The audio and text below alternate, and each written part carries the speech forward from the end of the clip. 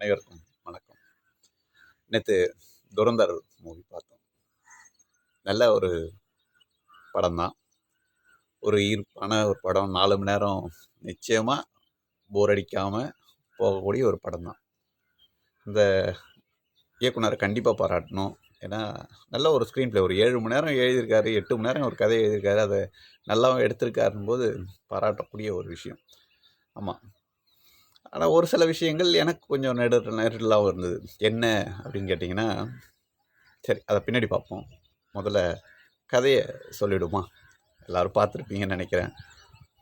ஒரு spy thriller action movie இது மாதிரி வந்ததே இல்லையா அப்படின்னு கேட்டிங்கன்னா, அந்த படத்தோட பிளாட்னு ஒன்று சொல்லுவாங்கள்ல, அது எனக்கு என்ன தோணுச்சுன்னா, அந்த கேஜிஎஃப் படம் பார்த்திங்கன்னா, எங்கோ இருந்த ஒருத்தவன் அவனை ஒரு பெரிய டெரிட்டரியில் கொண்டு போய் விட்டு அதோட உச்சத்துக்கு வரணுமா இல்லையான்றது, ஆனால் அங்கே இருக்கிறன்னு அழிக்கணும். அதுதான் பிளானாக போவாங்க ஃபஸ்ட் பார்ட்டில்.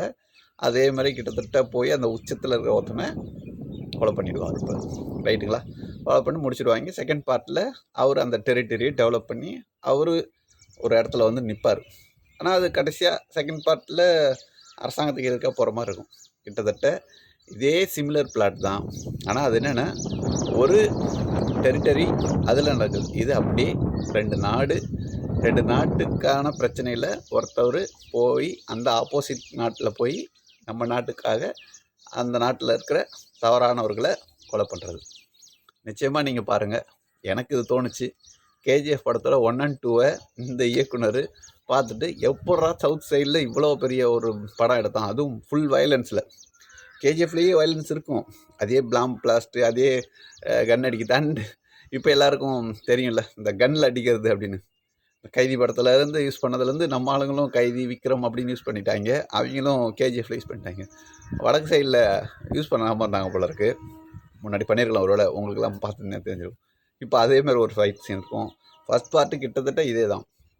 ஒரு ஸ்பை அவர் அங்கே போயிட்டு ஒரு கேங்கில் சேர்ந்து அந்த கேங்கோட கொஞ்சம் கொஞ்சமாக வளர்ந்து கடைசியில் அந்த வில்லனையே இவர் தான் கொலை பண்ணுவாப்புல. அதே தான் இதோட ஃபஸ்ட் பார்ட்டும். செகண்ட் பார்ட்டும் கிட்டத்தட்ட அதோட டெரிட்டரி உச்சத்துக்கு போய் அங்கே இருக்கிறவனை காலி பண்ணுறது. நல்ல ஒரு படம் தான்.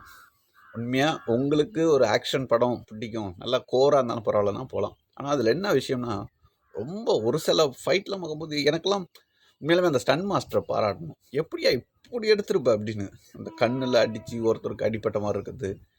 எல்லாமே வேறு லெவலில் இருக்கும். எல்லாமே அதோட எடுத்ததுக்கப்புறமும் க்ளோஸ் அப் ஷாட் மாதிரியெல்லாம் சில இதெல்லாம் வச்சுருப்பாங்க. அது ஈவன் ஃபஸ்ட் பார்ட்டும் சரி, செகண்ட் பார்ட்டும் சரி. அதெல்லாம் உங்களுக்கு விருப்பம் இருந்ததுன்னா கண்டிப்பாக போய் அப்படி பார்க்கறது எனக்கு பிடிக்கும்னா பாருங்கள். அண்ட் சில சீன் மட்டும் தான் எனக்கு தோணுது. என்னென்னா, இவர் ஒருத்தர் போய் ஒரு அடிக்கு மீட் பண்ணுவார், ஒரு ஸ்பையாக. அவர் பார்த்திங்கன்னா ரெகுலராக அங்கே போய் மீட் பண்ணுவாப்புல. இவருக்கு மேலே சந்தேகம் வந்தபோது கூட அங்கே போகிற மாதிரி ஒரு சீன் இருக்கும். அப்போல்லாம் யாரும் பார்க்க மாட்டாங்க. அதுவும் ஒரு உச்சத்தில் இருக்கிறவங்க ஒரு இடத்துக்கு தனியாக போவார். அந்த ஒரு இடத்துக்கு மட்டும் தனித்தனியாக நடந்து போவார். ஒருத்தன் ஈஸியாக நைட்டில் போனால் பார்க்க மாட்டாங்களா? அப்படி ஒரு சந்தேகம் இருக்கும். அண்ட் கிளைமேக்ஸில் அது 1 to 1 டிப்பிக்கல் ஃபைட்டு. அது மட்டும் எனக்கு கொஞ்சம் இடம் இருந்தது. இவ்வளோ நேரம் நல்லா எடுத்த கேங்காக அடித்த கொன்ன, இப்போ போய் 1 to 1 ஃபைட் வைக்கிறியேன்னு. அண்ட் அதே போல் நடித்த நடிகர்லாம் குறையே சொல்ல முடியாது. எல்லாருமே ரொம்ப சிறப்பாக நடிச்சிருந்தாங்க. அது ரன்வீர் சிங்லாம் நான் ஹிந்தி படங்கள் பெருசாக பார்த்தது